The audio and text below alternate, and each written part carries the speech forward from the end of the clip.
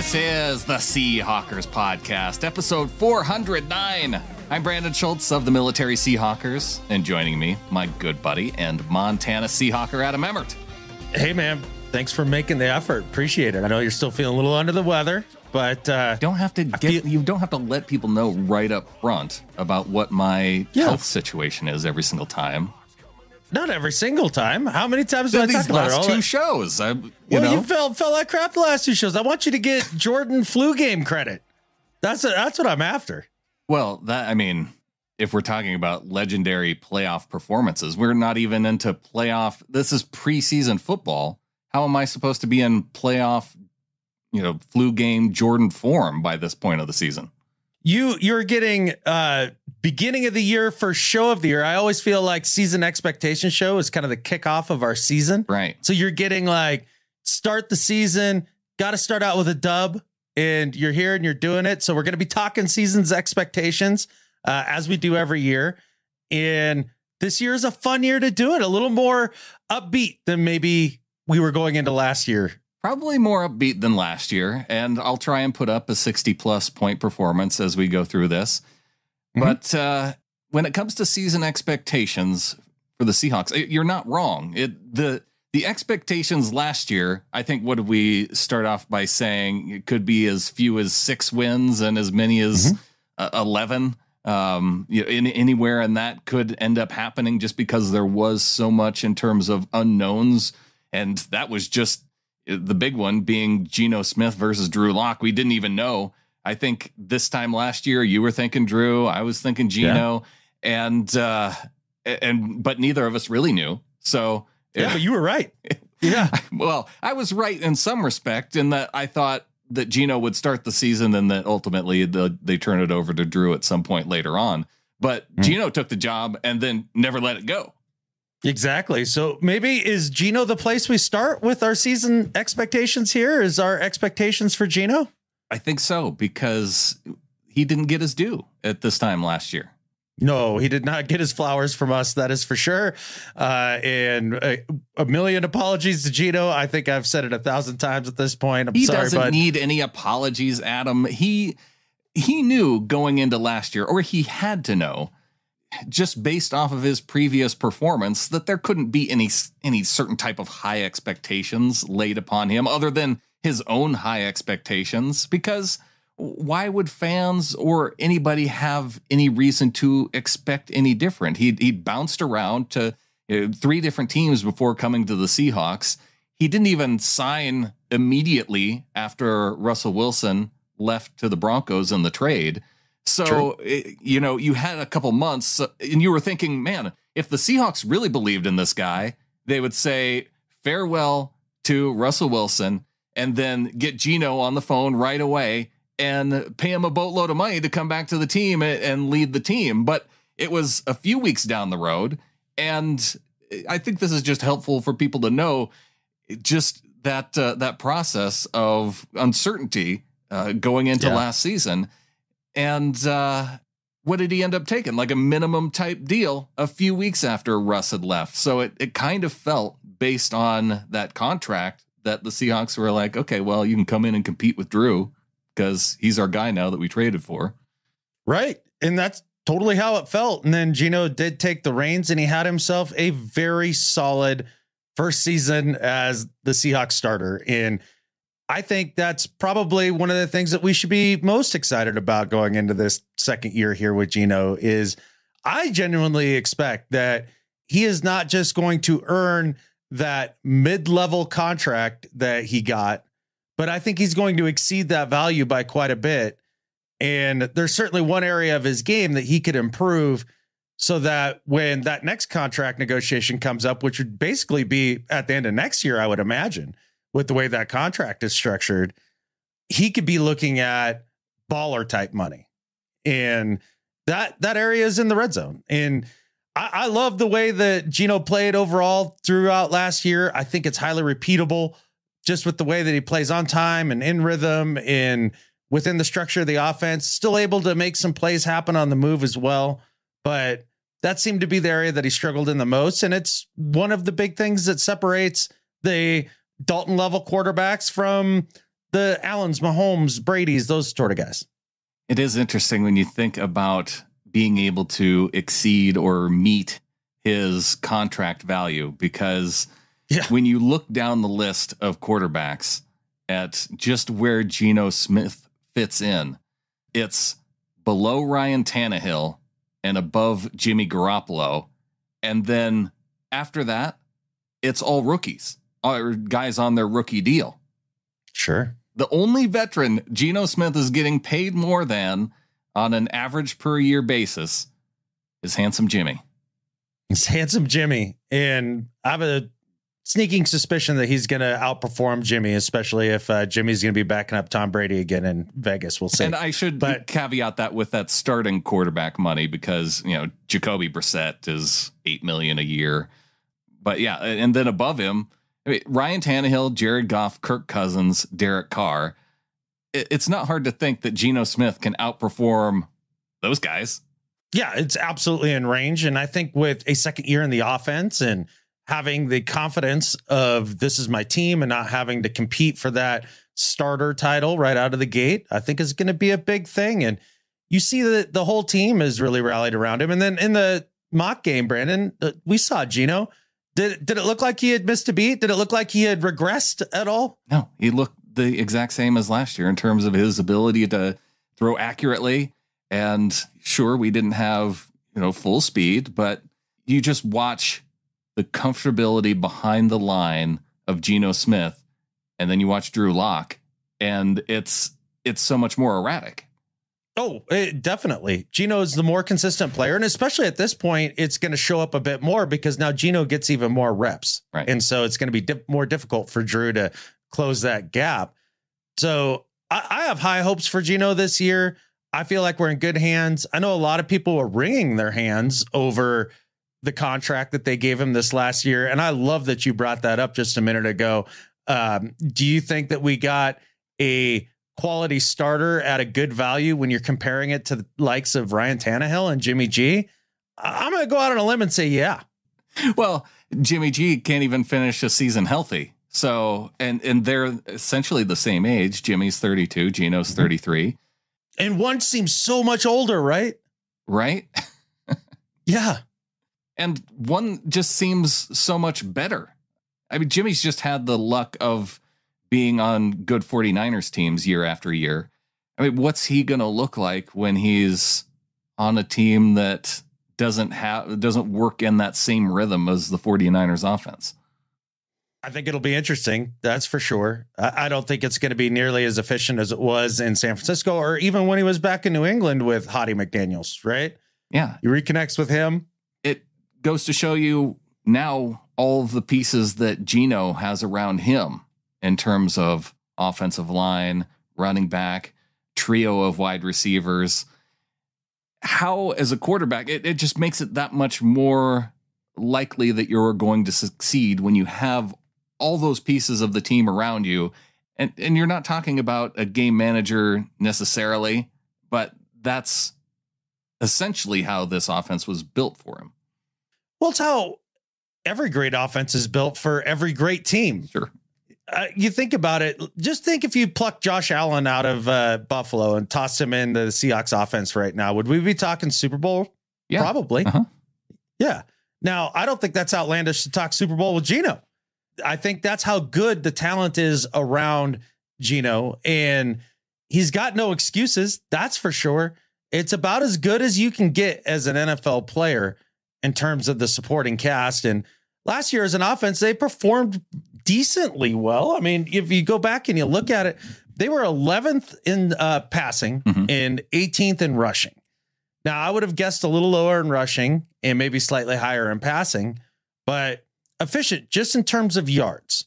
Now, there's a lot of stuff within there that we can get to as well, but the offense performed at a relatively high level last year for the most part. And I think they're going to be even more consistent this year.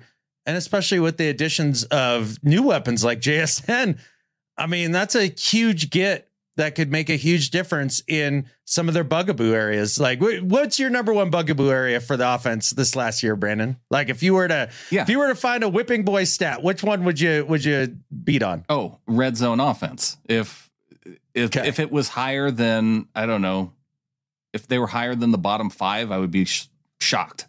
They were 27th in red zone TD percentage last year. That's abysmal. But the crazy thing is you think about it, they were 9th in drives that scored.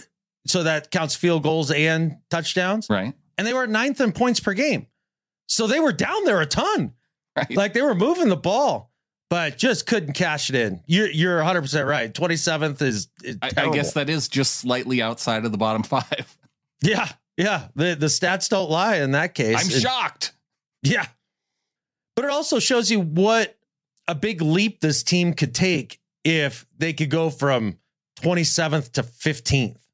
It would be gigantic. And you're still talking about being in the middle of the pack in terms of the NFL.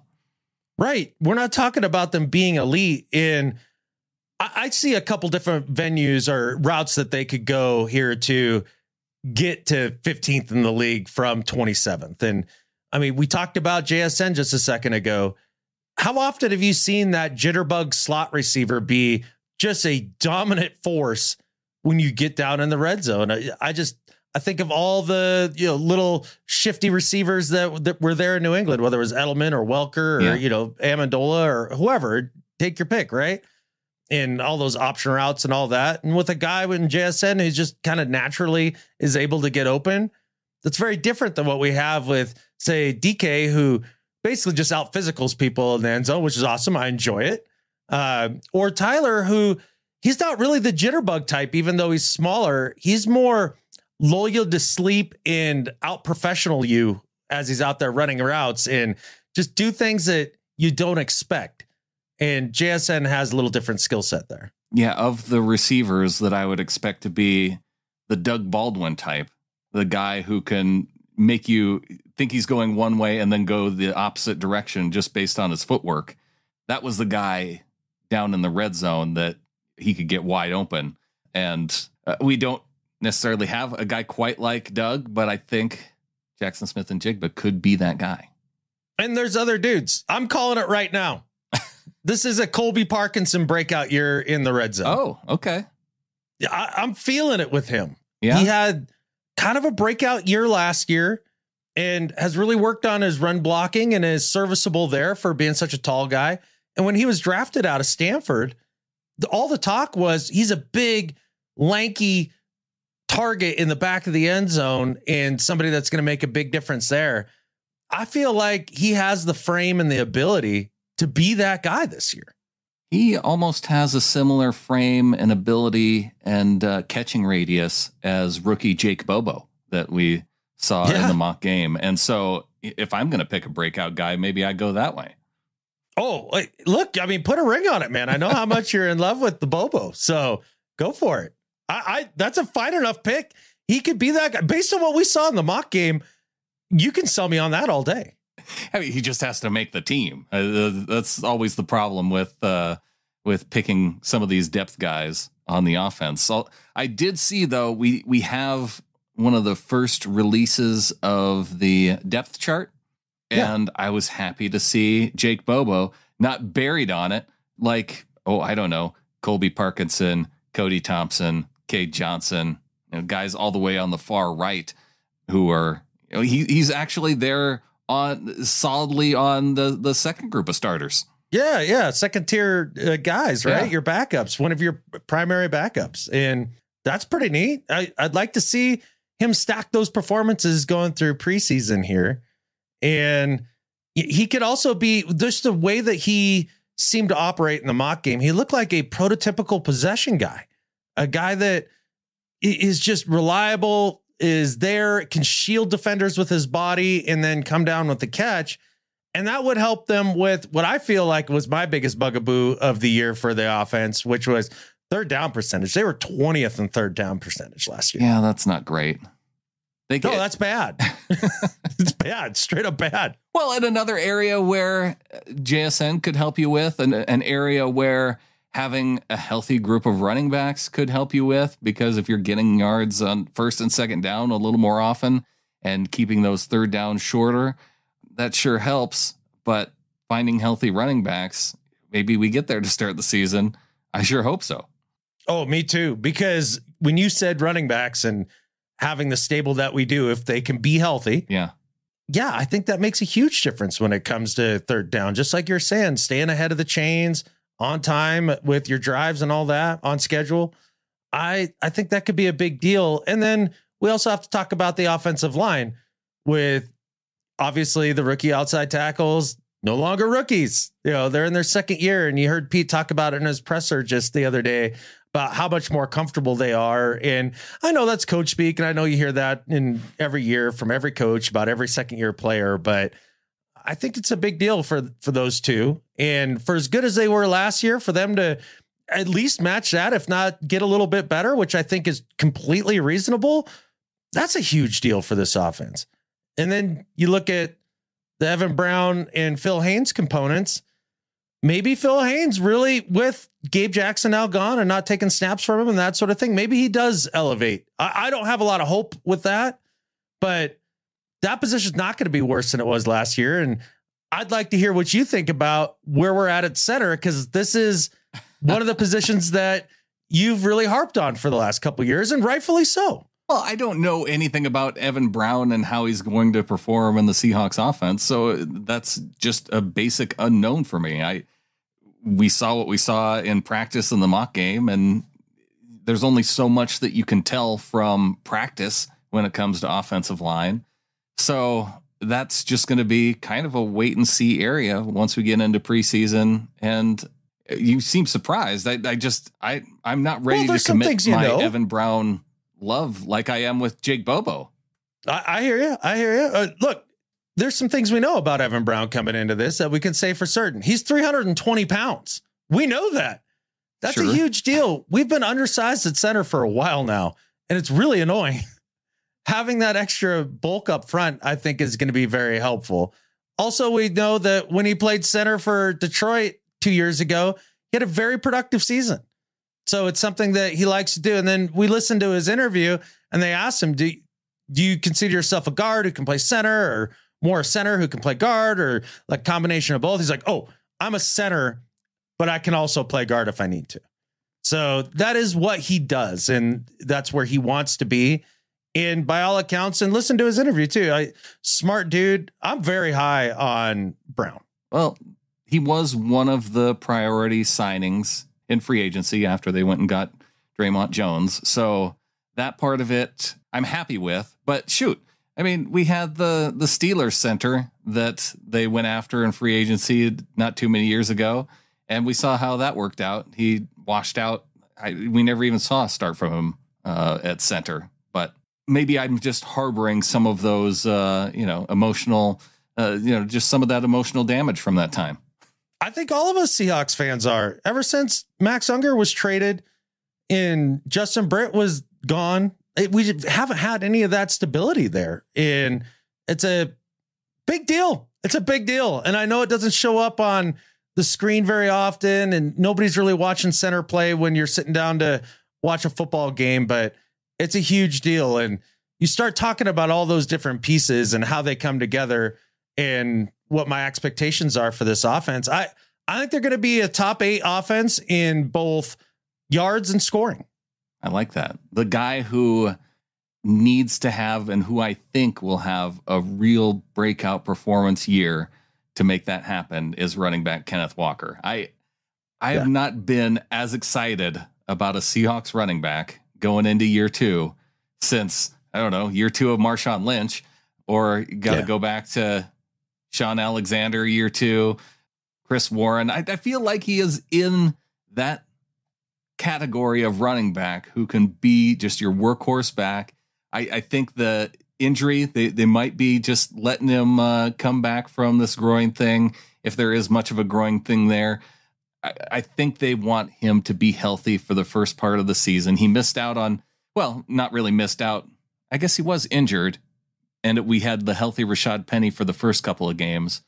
But going back to last season, he only started 11 games and still rushed for over 1,000 yards. I was a little surprised to see that he had 9 touchdowns last year. Yeah. Not a lot of those were red zone style touchdowns, but It's kind of cool that many of them were breakaway touchdowns that were outside of the red zone. Exciting plays, an exciting player. And you're not wrong to put him in the group of Warren and Alexander and Marshawn. He could be that next guy. And he just has to put together the health component of talent. And this groin thing, I'm with you. I do feel like that they're being overly cautious. And the only real drawback to that is you hear running backs here talk about all the time. They talk about being in rhythm and having to get enough carries to feel like they're in the flow of the game and all of that. And so I wonder if not practicing and not getting those reps in training camp and that sort of thing, if it takes away from maybe a little bit of that rhythm, and it might take him a little bit longer to get rolling. But then again, when he came in for Penny, it was like he was shot out of a cannon. It was just instantaneous. Here's Ken Walker, and he kicks ass. Yeah, I guess I'm not too worried about it, but I prefer to have everybody healthy, obviously. And Pete doesn't seem all that worried about it, so I guess I shouldn't be. And we'll see how it goes from here. But I was also trying to think, Brandon, like we always do this every year, and we talk about all the things that we're excited about and, right. and that stuff. Well, are there any positions or places in this offense that you think are going to take a little bit of a step back? I had one, and it was just that I think the amount of receiving yards and for tight ends, I think that's going to decrease this year. It's tough to say, because how can that decrease if your expectation is they're going to improve on third down? That just means because they won't be on the field as much, even with improving on their third down numbers. You think that because of the running game, they improve time of possession, they have fewer drives. It's just that they're able to sustain those fewer drives, and that's why the yards goes down. It's more that you have JSN and you're going to be in more 3 receiver sets, 11 personnel, and you're just not going to have as many tight ends on the field. Yeah, just not as many opportunities. I don't care if tight end yards goes down. I'm just saying that was when I'm looking through things, where would I expect a decrease from what you had last year? They were a very productive group as a whole last year. I gotcha. Yeah. And I could see them taking a step back in terms of overall production as a trio, just because of opportunity. The good thing, though, is that we saw even in the mock game that the little Geno boot and throw to the tight end out in the flat, that play is still in the playbook. It's alive and well. It was our best play last year. It just disappeared from the playbook later in the season. I don't know why, but yeah, that was fun to see. And it still works against our own team. It works against our own team. Although this is one of those things from the mock game. You're like, I've been told we're going to get better at screens. They didn't look all that great at screens in the mock game. Does that mean that the defense got better at stopping screens, or do we just still suck at running screens? I've noticed that Drew Lock seems to throw a better or have a better sense of the screen game, but I don't need to go there. Yeah, I mean, that's kind of getting into the weeds a little bit, no doubt. Right. But yeah, maybe he has a better feel just timing wise for the ways that those are supposed to pop and getting the ball there right when it needs to be. And because it is a play that has a little more nuance to it. You think that, a simple screen. Well, okay, you got pulling linemen and wide receiver blocks that need to develop and all of that stuff. So there's a lot going on there. I suppose the other area that could fall back to is running back receiving targets and yards, because it's just not something, talking about screens, that's just not something they traditionally do well. So if you're not going to do it well, then don't mess around with it. Yeah, then don't do it, right? And that seems to be the Pete Carroll MO. During Pete's tenure, we have not seen a lot of passing to the backs, which is sometimes infuriating because his defense often gets killed with just a simple flare pass and a check down that picks up 12 yards. Anything else on offense before we want to move over to our defensive expectations? No, I think that was a pretty good transition right there in terms of... I feel like we didn't give enough credit to DK and Tyler, but they know. They know they're really good. What? I need to voice my expectations that DK is going to be amazing again and Tyler's going to be amazing again. Yeah. It's like, this is my expectation for tomorrow, Brandon. The sun's going to come over the mountain. The sun's going to come up. DK Metcalf and Tyler Lockett are going to receive for 1,000 yards each in the season. And that's just how things are. And maybe they'll start getting the respect they deserve around the league as a duo. Finally, maybe. They're like the Twins. How have the NFL, how have they not promoted DK Metcalf and Tyler Lockett like the Twins movie? I recognize it's, 30 years ago. Kids, ask your parents about the movie Twins. But Arnold Schwarzenegger, Danny DeVito, how does that comparison not come up more often? Do you think Tyler's pissed right now thinking that you're calling him Danny DeVito, basically? I mean, Danny DeVito can be handsome in a way. He was excellent as an actor. So, highly professional. Super very funny. Effective. That was a funnier movie than people, I think, give credit. No, I haven't watched it to see if it holds up. I don't know if it holds up either. But it should. Yeah. Why not? Why not? One more thing on offense before we switch over to defense. Looking at the depth chart, there was one thing that I found a bit interesting. K9, obviously, Kenneth Walker as the starter at running back. I know there were some questions about that because Zach Charbonnet drafted in the second round. Okay. Second team, in the second team column, you have both DJ Dallas and 7th round pick Kenny McIntosh. Zach Charbonnet listed in the with the third stringers, along with Bryant Koback, Sir Roderick Thompson. It's actually Sir Roderick, but the other show you're trying to think of the night name. Yeah. It does sound like Sir Roderick Thompson. And let's make him royalty. Why not? Why not? Yeah. As long as he's on the team.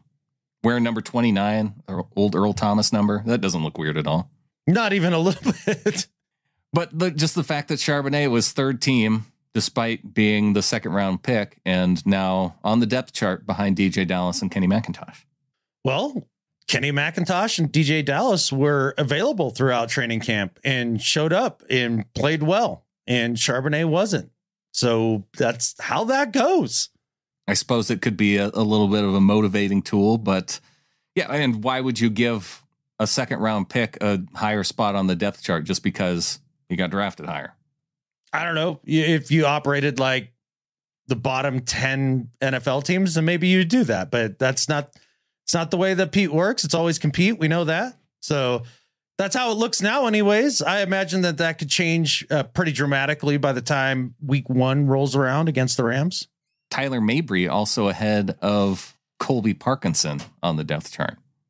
Sure. Okay. I didn't want to dump on your pick of the guy with the breakout year right away. I wanted to wait a little bit. I'm not worried about Mabry. Not even a little bit. Moving over to the defensive side of the ball. Some interesting things here to talk about, obviously. I'm sure you're going to bring up some stats, which are going to be depressing when it comes to the Seahawks and their defense.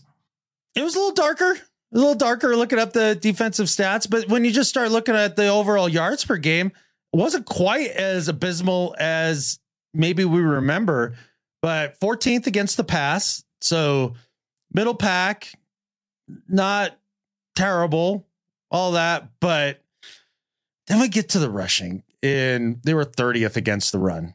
It's as bad as we remember. It's every bit as bad. I should have looked and actually written down who 31 and 32 were, because I don't know what they had to do to be that much worse, because that was some of the worst run D I have seen in my entire life. Yeah, those teams. Imagine being a fan of those teams, huh? Yeah. Well, then I wouldn't be a Seahawks fan, and then I'd have a character flaw. So it's tough to imagine. The Chicago Bears. Okay, that feels right. So the Seahawks allowed an average of 151.9 yards per game. Chicago Bears 157.3. So 6 yards per game worse. Oh my gosh. They really choked it up at the last. They allowed 220 rushing yards per game on average over the last 3 games of the season last year. So that was the Bears? That was the Bears. Had they not done that, And actually, okay, so it was probably 32 going into those last 3 games because the Seahawks, they closed the season allowing only 134 yards per game average over the last 3 games. The Bears with 220, which was league worst over that 3-game stretch. And Houston, that finished number 32, they allowed an average of 170.2 yards per game. Yikes. And 183 over the last 3 games. Wow. Okay. Gosh, that would have been difficult to watch if you were fans of those teams. But yeah, thanks to them, I guess, for making it not dead last in the league statistically. But clearly the area that they need the most improvement. And with Draymond, you're hoping that he's going to make a difference there. Yeah. And they're all talking up Jaron Reed, that he's the difference maker in all of that as the nose tackle. Well, okay, we had the one guy that was that for us last year, Al Woods, and we still were 30th in the league. So we're going to need some more help than just one dude at nose. So we'll see if Cam Young can step his game up. But I really feel like it kind of comes down to the edge players and this Mafe improvement that we've been told about throughout training camp. Let's see how real that is. Whether Hall can come in, the 2nd round pick, he can be one of those guys that really helps set the edge. That'd be handy. Yeah, your starters up front based on this depth chart. You got Uchenna Nwosu on the left edge, Mario Edwards on the interior, along with Jaron Reed and Draymond Jones, and then the other edge, Boye Mafe. So those are your 5 guys up front with Bobby Wagner and Devin Bush at linebacker. On paper, it seems like they got better. It does on paper. Now we'll see how that worked with scheme and all of that with Clint Hurt, and if he can make adjustments this year, and with Sean Desai being gone as well. I guess he was more of the passing game coordinator, but I'm sure they leaned on each other a little bit for advice on how to stop the run, especially as the season wore on and it was as bad as it was. You're going to grasp at straws at some point, I would imagine. But I have some hope that they'll be better against the run. If they're not, it could be another long year with 3rd down percentages and red zone percentages. And not good there either, Brandon. Last year, no. They were 27th in the league in allowing 3rd downs, Yikes. 3rd down conversions. Yikes. That's not And good. I didn't look up the 3rd long ones, but they had to be number 1. It would feel right. I feel like that's been a problem, outside of LOB era, of almost every era of Seahawks football. It really does. It's so frustrating because Pete's so terrified of giving up the long ball on the 3rd and longs. They play at the sticks and then somehow still give up the freaking long ball. But I think that's not even a Pete Carroll issue. I think back to the Holmgren days, and I feel like 3rd and longs always tortured us. Yeah, that's fair. It's part of our fandom DNA, right? It's that PTSD is real. The other area they struggled was obviously in the red zone, and they were 23rd in the league in the red zone. Yeah. And you wonder, okay, so what does that look like? 58.6% of the time they gave up a touchdown. And a part of that is being so bad at run defense that when a team can just keep pounding inside the red zone and you're not able to stop them at all, gets extra frustrating. And it'd be extra frustrating this year too, with the improvement at corner, seemingly. I mean, Reek Woolen coming back. Devin Witherspoon is the top draft pick. Whoever they end up starting on the outside, if Witherspoon's going to be playing majority inside the slot, we'll see how that changes here over the weeks leading up to the season. And then the guys on the back end with Julian Love and Quandre Diggs. Who knows when we'll see Jamal Adams, but so for now, expecting it to be Quandre and Julian. Yeah, Quandre and Julian. Now, one of the crazier things about the red zone percentage for the Hawks this last year, this blew me away when I saw it. This, out of all the stats that I looked up, this is the one that really hit me. At home, it was about 50%. So coin flip. They either stopped them or they didn't. Yeah. Right. On the road, They gave up touchdowns 74% of the time. On the road? On the road. Huh. So road red zone, like that's a massive area that needs to be improved. To give you a sense of perspective, overall, the Rams were number one and they were at 44%. 44 to 75 then? Yeah. You got some room to make up there. Obviously, the Rams are going to fall back this year, but that's just knowing where the leader was last season. Absolutely. So that you have a sense. So they were, what I say, it was like 58% last year. Rams were at 44. Oh, okay. Yeah, 58 for the overall. It was 75 on the road. Yeah, 74 on the road. I couldn't believe that. That just shows you, boys and girls, how much of a effect that the 12s have right there. That's us. That 25%, that's us. We brought our lunch pail last year. We tried like hell to help this defense as much as possible, especially in the red zone. That's a good point. That's where that delta comes from. It has to. It's what makes the most sense. So we'll see if they can clean that up. That would be a big thing. And I expect that they will. And I'd be kind of surprised if they didn't make it to that mid-tier defense that we're all hoping for. Well, I'm excited about the secondary for sure. I mentioned Reek Woolen, and for those of you just tuning in, he has changed his name. Well, he's shortened his name to, I guess, what he goes by anyway. We're all friends now with Reek. Like last year, we had to call him Tariq because that was his. We weren't on a first name basis quite yet. Right. But now that we're all buddies, it's Reek Woolen. Or if you want to make it even more personal, you can be like his mom and just call him Ricky then. I don't think I want to do that yet. Unless he's not doing great out there. Then I think we have to figure out his middle name too. Yeah, I think he's going to be just fine. I'm not worried about Reek at all. And you're completely justified in being excited about the secondary. I love the idea of Witherspoon in the slot. I think that really takes advantage of one of his biggest factors, and that's his ability to tackle and to hit. Think about when we learned that he was the one being drafted, and you go back on YouTube real quick and you look at his highlights. What's the first highlight that pops up? Yeah, it's the one where it's the dump off to the running back in the backfield. And he's screaming and he comes out of the slot. Up. Yeah. It gets him, I think it was against Indiana, and just, decleats the guy before the ball even gets there. I don't think he was lined up in the slot, though. I think he was lined up on the outside, and he actually let his guy go and came screaming in to blow the dude up. Oh, I thought he squeezed down before the snap. But either way, yeah. Just those sort of plays, that's the type of stuff that you're going to have a lot of opportunities to do as a slot corner.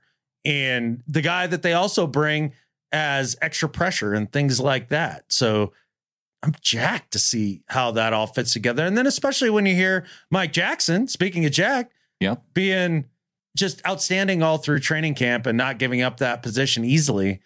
There's a bevy of corners that we can lean on. I did see one article that said, expect one of them to be traded. Would that shock you? It wouldn't shock me just because of the amount of depth that they have. I don't know who I would want to give up, though. I like having a certain amount of depth, and we saw that Andrew Whitaker, who was one of the corners, injured during the mock game. Sounds like he's going to be out. But you have solid depth now with Artie Burns, with Trey Brown. I'd like to see how that plays. Shoot, they have so much depth that they've moved Kobe Bryant back to safety now.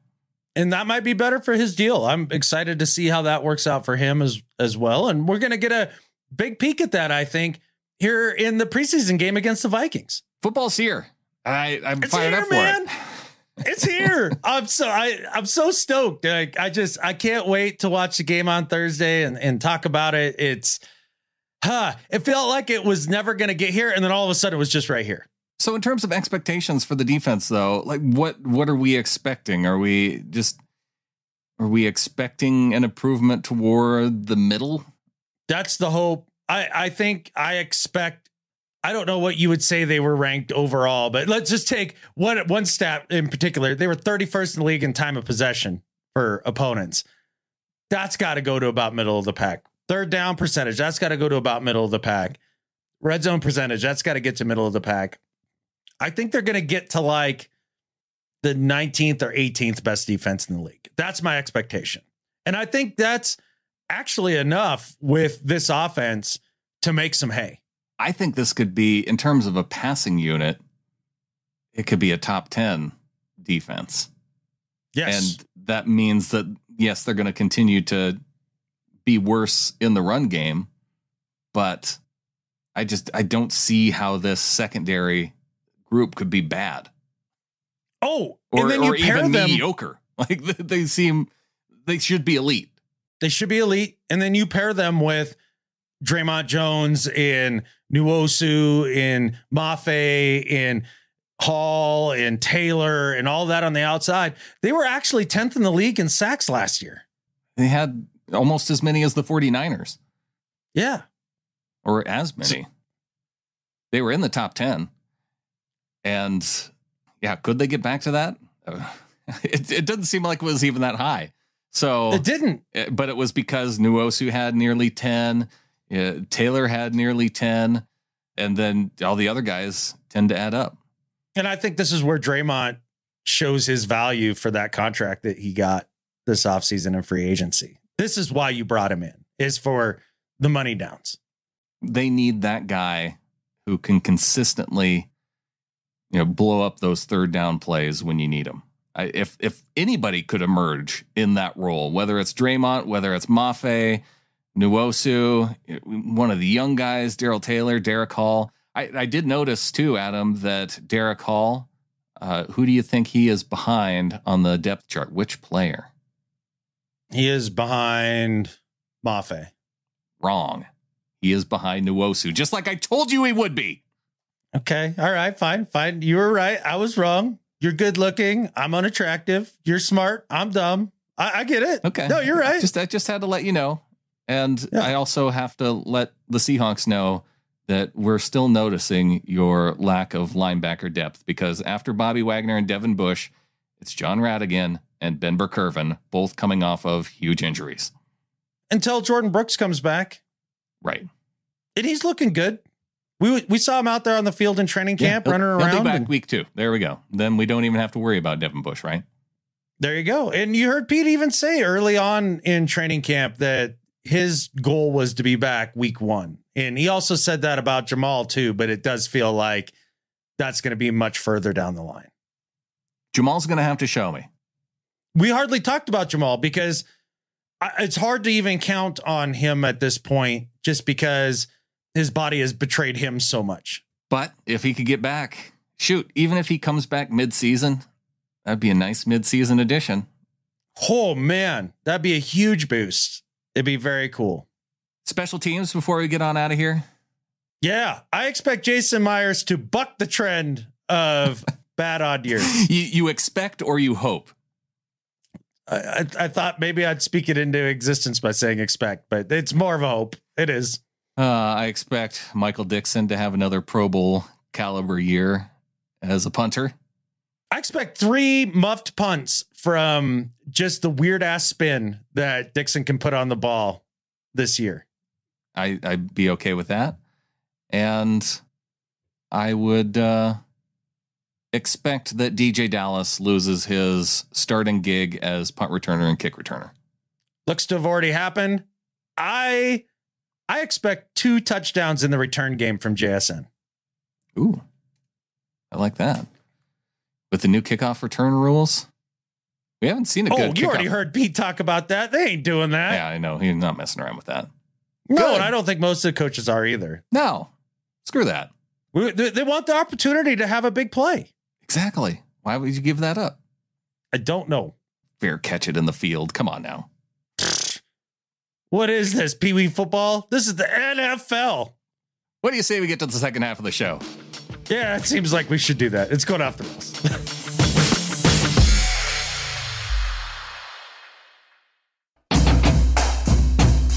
As we get into the second half of the show, Adam, thinking back on our first half of the show and season expectations, I feel like there was one piece that may have been missing.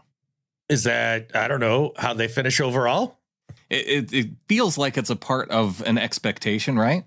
I do. Yeah, I think that's important. So yeah, we should get into that for sure. So you want to start with how far they go this year in terms of division playoffs? Let's start off with division, because within the division, there's really only one competitor for, I think, the division title. I don't know. Maybe the Rams do some shocking things and Stafford has some kind of resurgence where him and Cooper Kupp just light it up all year. I don't see how their defense can hold up, but maybe offensively they can put up enough points. So anyway, that's enough to say that the Rams aren't going to compete. Most likely not. I think Kupp's already injured, isn't he? I have no idea. Yeah. So that's fun. Do I look like the Rams podcast? No, thank goodness. Those guys, they look like Rams fans, and that's a bad look. Right? Yeah. So that leaves the 49ers and coming out of training camp, it sounds like Purdy is actually practicing. Sounds like, they're pumping Trey Lance up. Sure. Yeah. And if not, they still have two other quarterbacks in Brandon Allen and Sam Darnold who might be able to play. Hey, I heard Brandon Allen was getting a ton of reps, so that tells you something about how much they're pumping up Trey Lance. But I mean, I think realistically, if you're going to look at the division, for me personally, I think it comes down to the last 2 weeks of the season. And I think the Hawks and Niners are going to be right there neck and neck. So we'll see how that looks at the end of it. I could see them winning the division pretty easily. I could see them coming in second in the division pretty easily.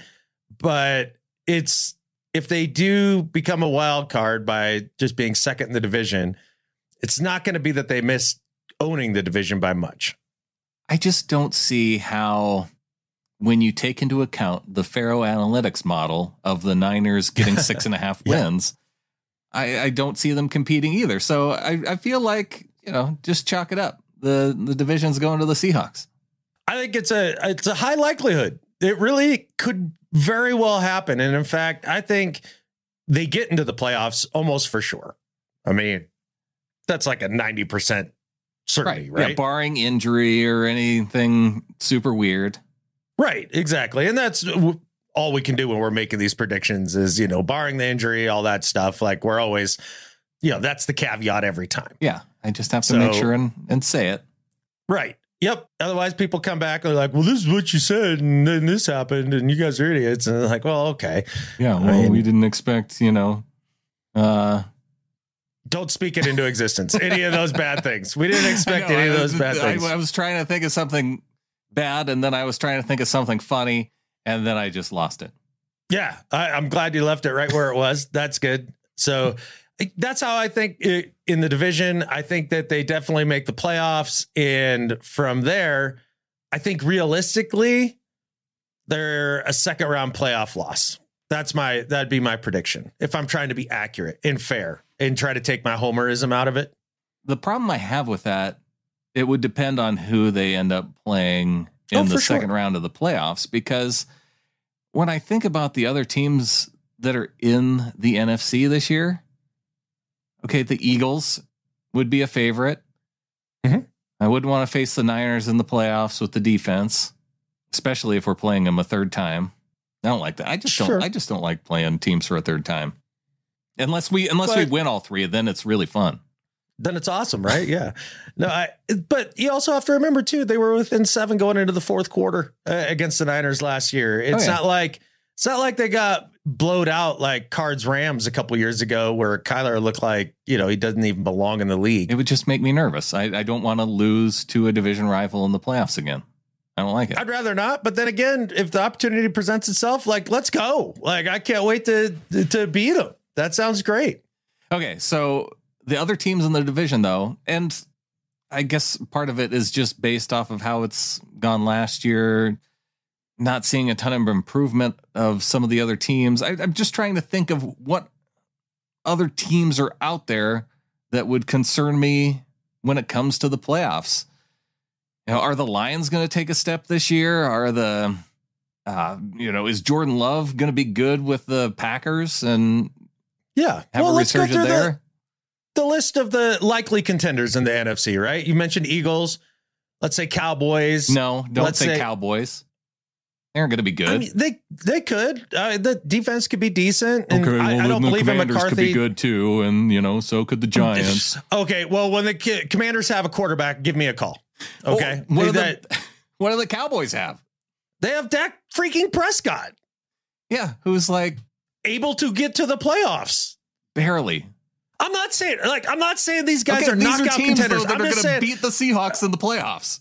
I'm putting out a list of the different teams, and then we can go through and decide which ones are legit contenders or not. All right. I'm just the ones that are possibly contenders. Yeah, Cowboys, not legit contenders. Move on. Okay, fine. All right. What do you got? Vikings, Lions. Yeah. More likely in the NFC South, take your pick of whichever team you like there. I'd probably go Saints out of that division. Just because they have a veteran at QB, I guess. And there's still talent on that roster, although I guess I don't know the latest on the Kamara situation. I guess he's not playing. Yeah, I don't know. I think I think their rookie back is pretty decent, though. Right, but there's some talent on defense and all of that there. So maybe Saints, and then in our division it's Niners and us, and so you go through the list of those teams. Like, which one of them make you shake in your boots? The only one that I could maybe see, I don't know how the Vikings defense is going to shake out this year. Lions, their defense has been struggling too. Maybe one of the North teams and the Eagles. Those are the two teams I worry about. Lions. I like the Lions. I do think they take that step this year. I like Campbell as the coach and all of that stuff. But I don't see them being a win in the second round of the playoffs type team this year either. No, but somebody's going to be. Right, and that's going to be the Seahawks. So why are you predicting a second round playoff loss? I'm just saying that feels like a reasonable. I'm going to try and not be a homer and predict the NFC Championship game. Hey man, do you want me to put my homerism into it? I think the Seahawks are easily the top dark horse Super Bowl pick from the NFC. Easy, hands down. It's not even close. Yeah. I non-homer realistically think they're going to the NFC Championship.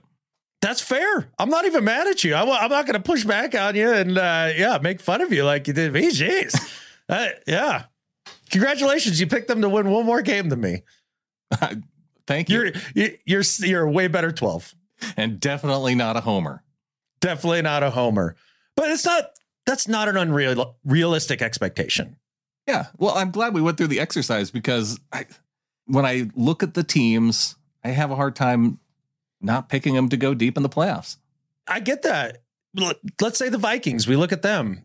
What are they going to be next year? They won all those close games, had that biggest comeback in NFL history against the Colts.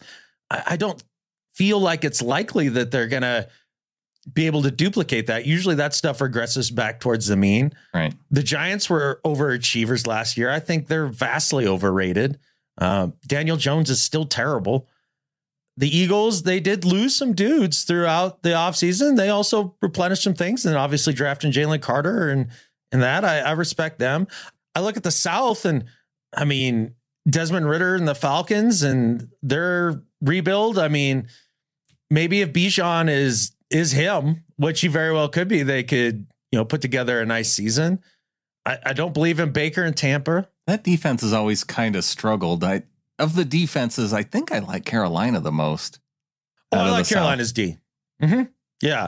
I'm just not in on Bryce Young. I don't get it. I don't think he's going to be a great NFL starter. I think his ceiling is the Dalton line.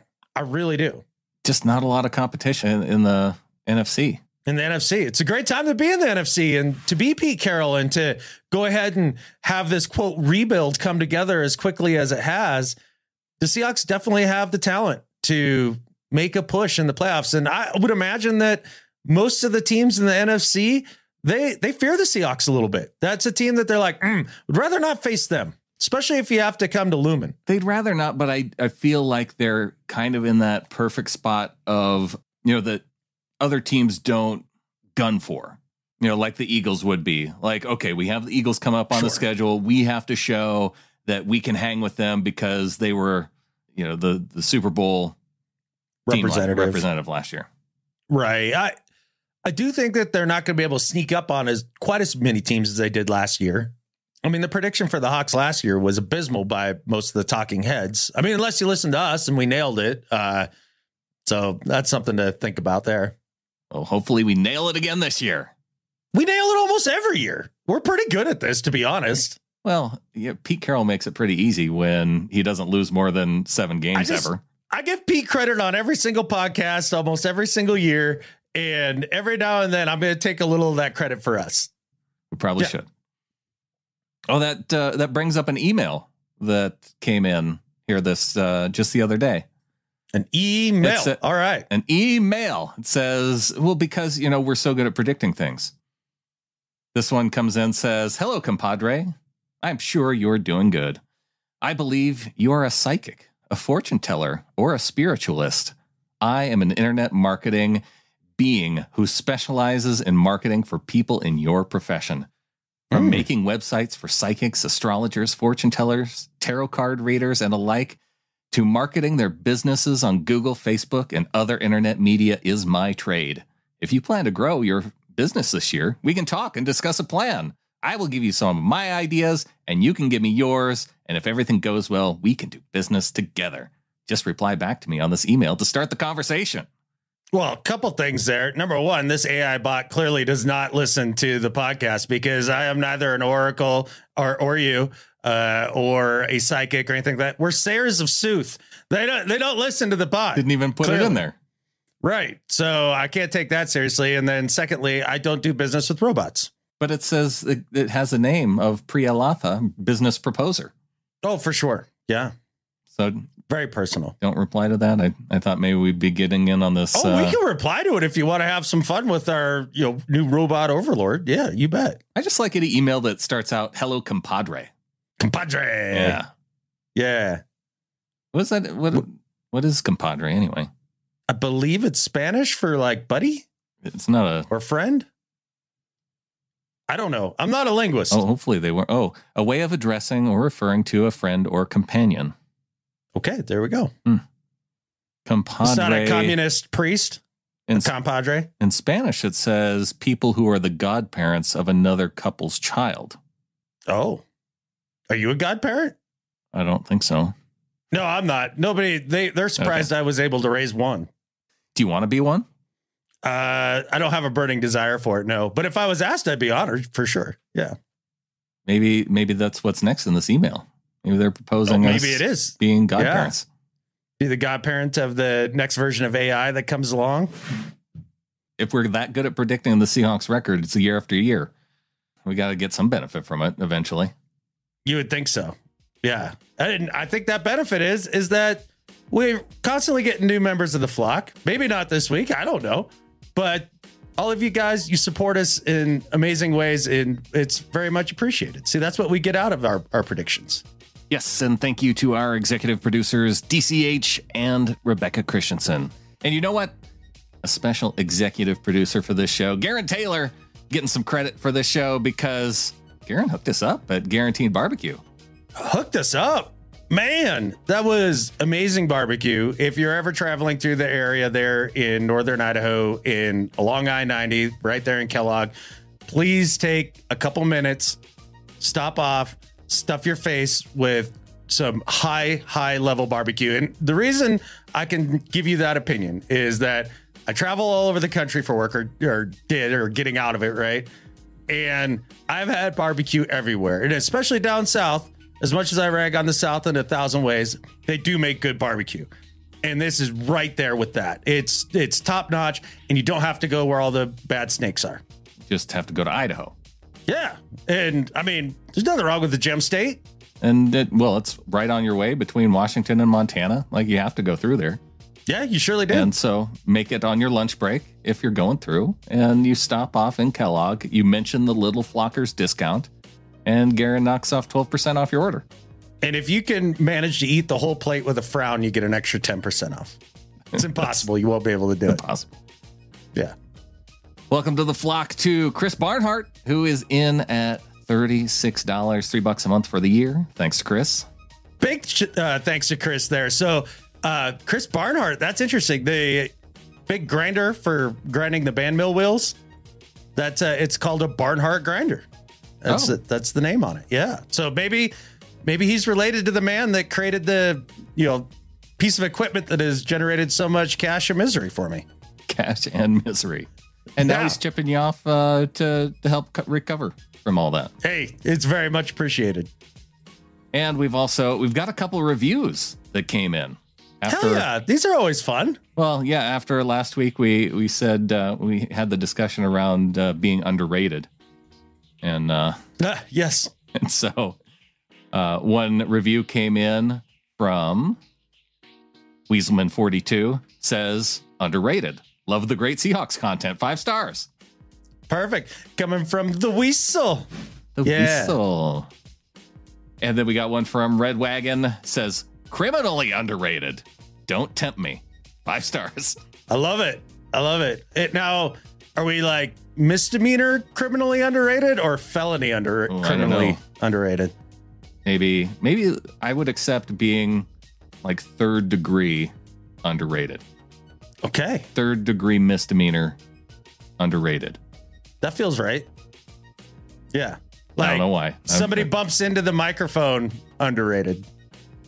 Got an email from Bennett Levine, says, hey, Brandon and Adam and Clinton and Phil and Wilson. Says, I just wanted to write in to let you know that when my membership payment comes through to my bank account, it says Patreon membership San Francisco, which is unacceptable for reasons we all know. I just wanted to bring this to your attention now so we can work on moving the Patreon headquarters to Seattle before the season starts, which will greatly increase the power of the flock and the Hakra. Anyway, love the pod. Keep it up, gents, as we look forward to our upcoming Super Bowl winning season. Thanks a ton. And as always, go Hawks. Go Hawks, Bennett. He's not wrong. We need to do this. I actually was looking for parcels of land for Patreon to move to. I showed you the Onyx app when we were traveling, where it shows all the different properties and who owns them and stuff. And I was scouting it out for Patreon. Did you scout out Ireland? Because that's where we got it moved to. Oh, I didn't know. Yeah. And apparently it started to make some of the payments bounce because it was marking them as fraudulent because it switched from one place to another. Yeah, that feels like a leprechaun-y, scammy kind of thing. So if you had your payment bounce, just know that's why. We got it out of San Francisco. We did it. We did it. One more thing out of there. So you're welcome, Bennett. And we're sorry if that causes any issues for anybody. But, Action Green, Ireland, I thought it made sense.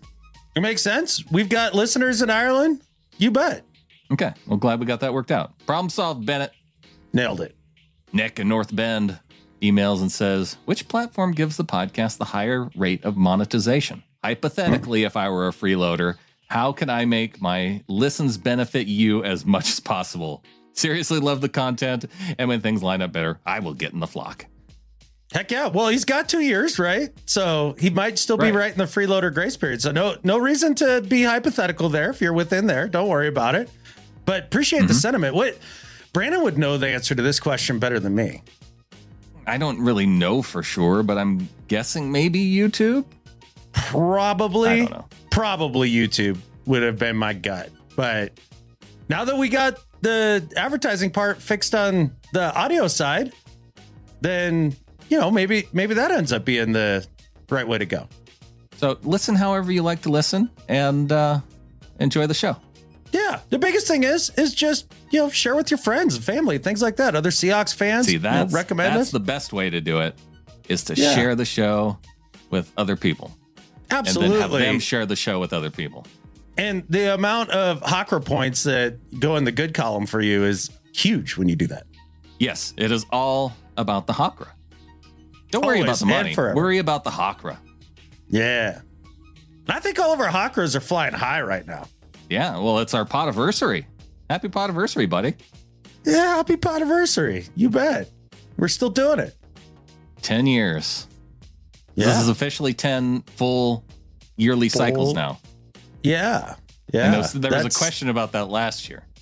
There was. And I mean, we were kind of right that it was 10 years then if you go how anniversaries work. But you decided that's not how it works. So here we are. We're going to celebrate 10 again this year.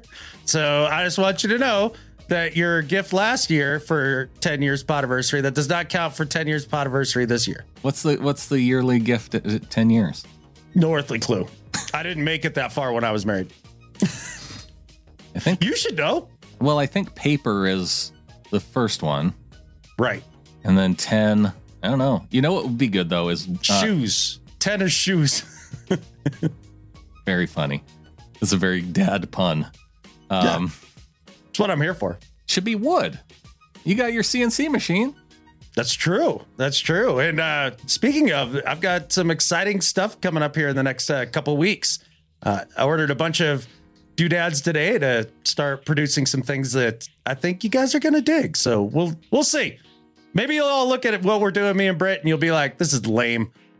Take that stuff and use it as firewood. Hey, I'm always up for a doodad. Well, I didn't want to give it away yet. You don't have to. On to do better and better at life. All right, man. My do better this week is for none other than Sean Payton, head coach of the Denver Broncos. I don't know if you saw this, Brandon, but this week, Sean Payton decided that he's banning certain types of headgear from the Broncos sidelines because it turns out, Brandon, he hates certain kind of hats. The only problem is Captain Visor, Captain Hobo hat himself, Sean Payton, has banned the most effective hat in terms of what hat things do for you, and the bucket hat. He calls them Gilligan's hats, and he hates the look of them. So he has banned them from the sideline, all the while wearing half a hat with a visor that does nothing except for shield your eyes and let the top of your head get burned. Sean Payton, with no taste in hats, do better. Seems like a bad move. The NFL Safety Committee needs to get involved on this. Right. I mean, seriously, out of all the hat designs, what gives you the most head protection and sun protection? Like the bucket hat is highly effective. How about straw hats? Ooh, I don't know. I'm not a straw hat guy. If I were a Broncos player, I would start wearing a straw hat just to flaunt the flaunt this stupid rule. Yeah, maybe that's the way to go. In year one, I might not go that way though. What if you were one of the veterans that have been around for a while? Yeah, like, what if you're Justin, I would do? You know, if you're Justin Simmons, you do it. What I would do is I would take a bucket hat and I would cut the top out of it and make it into a hobo bucket hat because apparently that's what Sean Payton likes and he can't say anything about it. Be like, what? It's a 360-degree visor. Oh my gosh! So I googled Justin Simmons.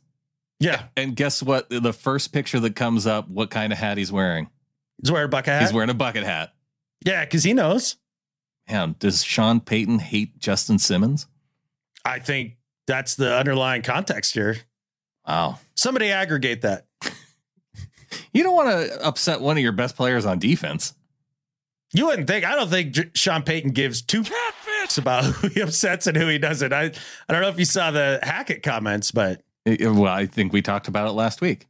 Yeah. Oh, or did he have a response to Hackett's response?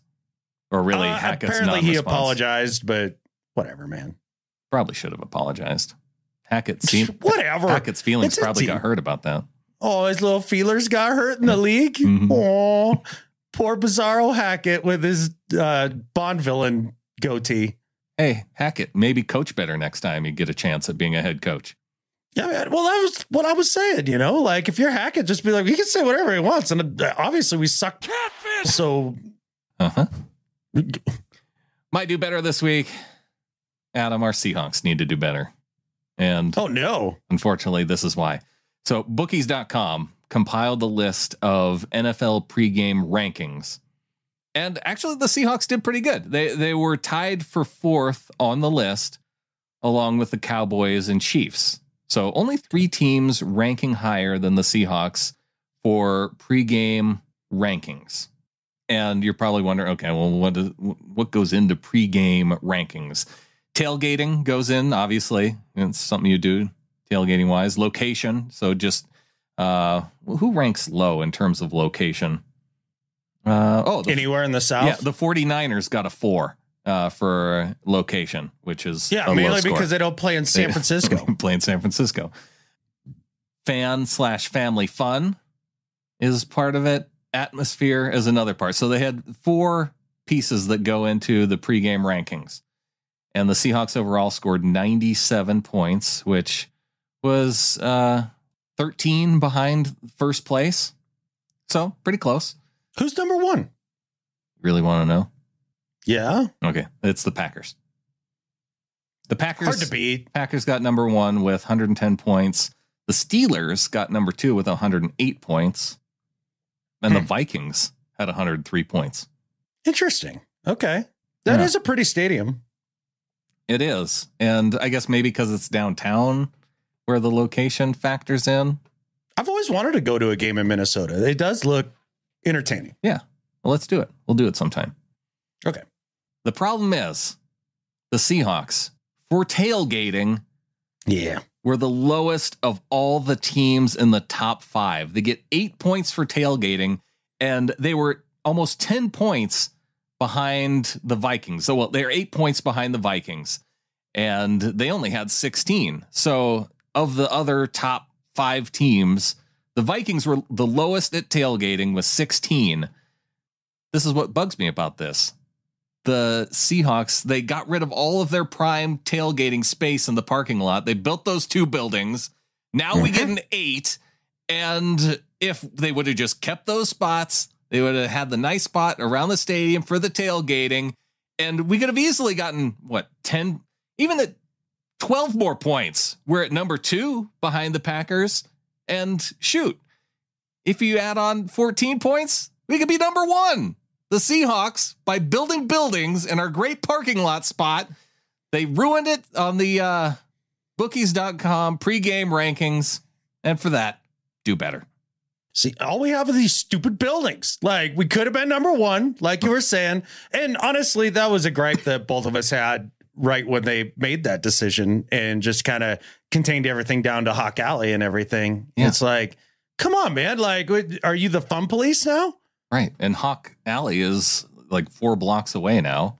Or, it always has been. Right. Yeah. But yeah. And all that prime teleported. Yeah. And all that prime tailgating spot right by the stadium. Yep.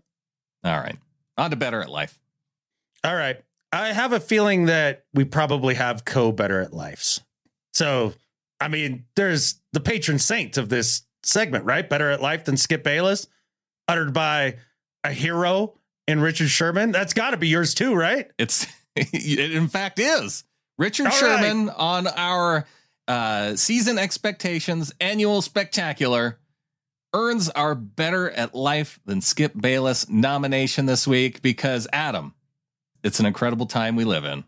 It's finally happened. It has come full circle. When we started this show, we championed Richard Sherman for uttering to Skip Bayless, "I'm better at life than you." And now he has had a Hall of Fame NFL career. He's gone on to start a really nice broadcast career. And he has parlayed all that into now sitting across in the chair from Skip Bayless. And he's going to be able to debate him every single week now. Absolutely. It's really fun to watch Richard have the type of success that he's having in his post career. And, just really root for the guy. I've always really loved Richard Sherman, like everybody. That's a hot take. But I just super excited for him. And day one, right?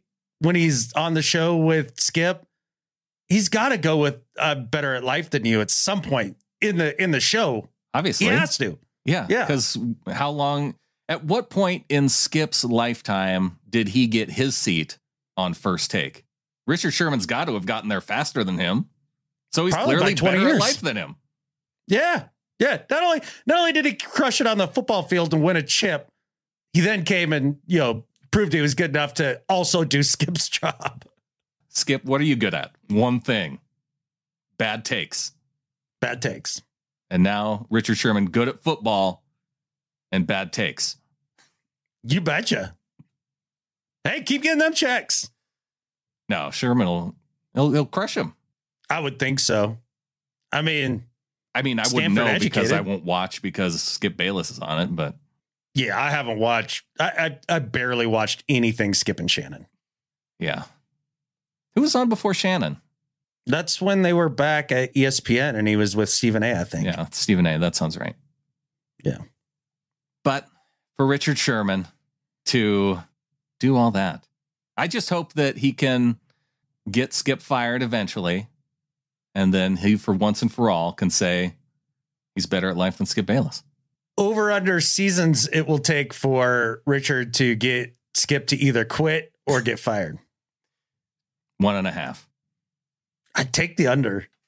You thought Shannon Sharp got under his skin. Yeah, but I think Shannon got under his skin to the point where it wore Shannon down. It did. But Shannon's kind of a loudmouth showboater. Yeah. And, Richard's an actual, smart guy. So he's a smart loudmouth showboater. Hell yeah. There's a big difference. Well, you know who is not loudmouth or showboaty? It's our members of the flock who support us at $12 and above. Why don't we run down the list? Absolutely. Let's give these folks their shine. Keith Ketover, a.k.a. Flocktimus Prime, University of Cybertron, Little Flockers, roll out. DCH from Sparks, Nevada, the University of Montana Grizzlies. Eric Trench, rooting for the Seahawks out of Renton, Washington, graduated from Eastern Washington University.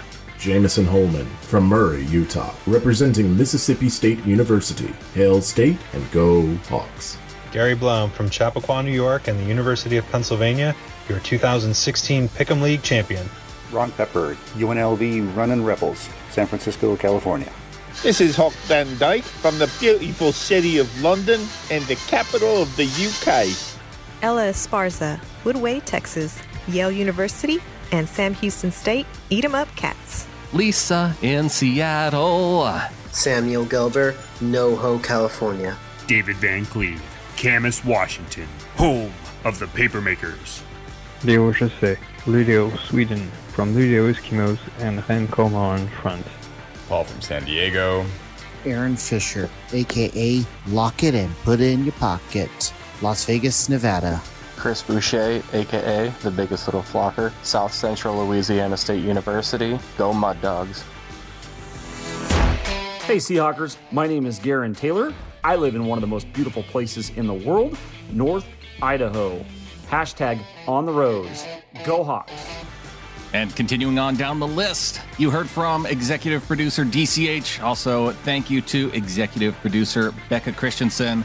And a thanks to Christina in Manassas, Virginia, Craig in Camas, Jeremy in the Bronx, Roe in Federal Way, Sven in Berlin, Deutschland, Jake in Seattle, Tim in Austin, Jonathan in Ridgefield, Jay in Linwood, JC in Horsford, England, Brandon in Huntersville, North Carolina, James in Beaux Arts, Pepper in Greenville, South Carolina, Glenn in Ocoee, Florida, Brian in Berlin, Connecticut, Connie in Gothenburg, Sweden, Tracy in Kaneohe, Hawaii, Kevin in Surrey, BC, Marvin in Riverdale, Utah, Dean in the Greater Hawkdom, Jeffrey in Kansas City, John C. in the Greater Hawkdom, John W. in New York, Kevin in Great Glen, England, Patrick in Sacramento, Bryson in Eltopia, Jeremy in Federal Way, Josh in Candor, New York, Ken in Hutto, Texas, Mario in Seattle, Tim in Olympia, Jeff in Bainbridge Island, Cora in Ditters, Deutschland,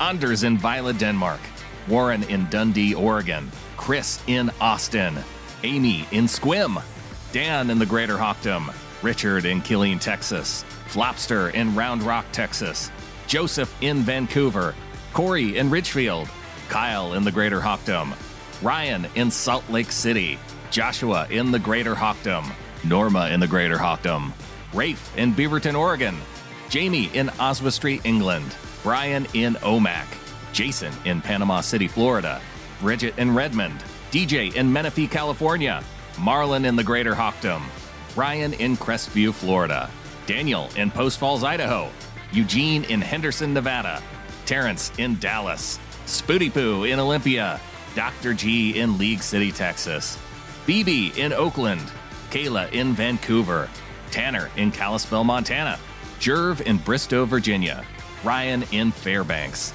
Terry in Vancouver, BC, Alexander in Oranienburg, Denmark. Sean in Cascade, Iowa via Kalispell, Montana. Gordon in Valdez, Alaska. Jeff in Gilbert, Arizona. Ovary Smasher 69 in Phoenix, Arizona.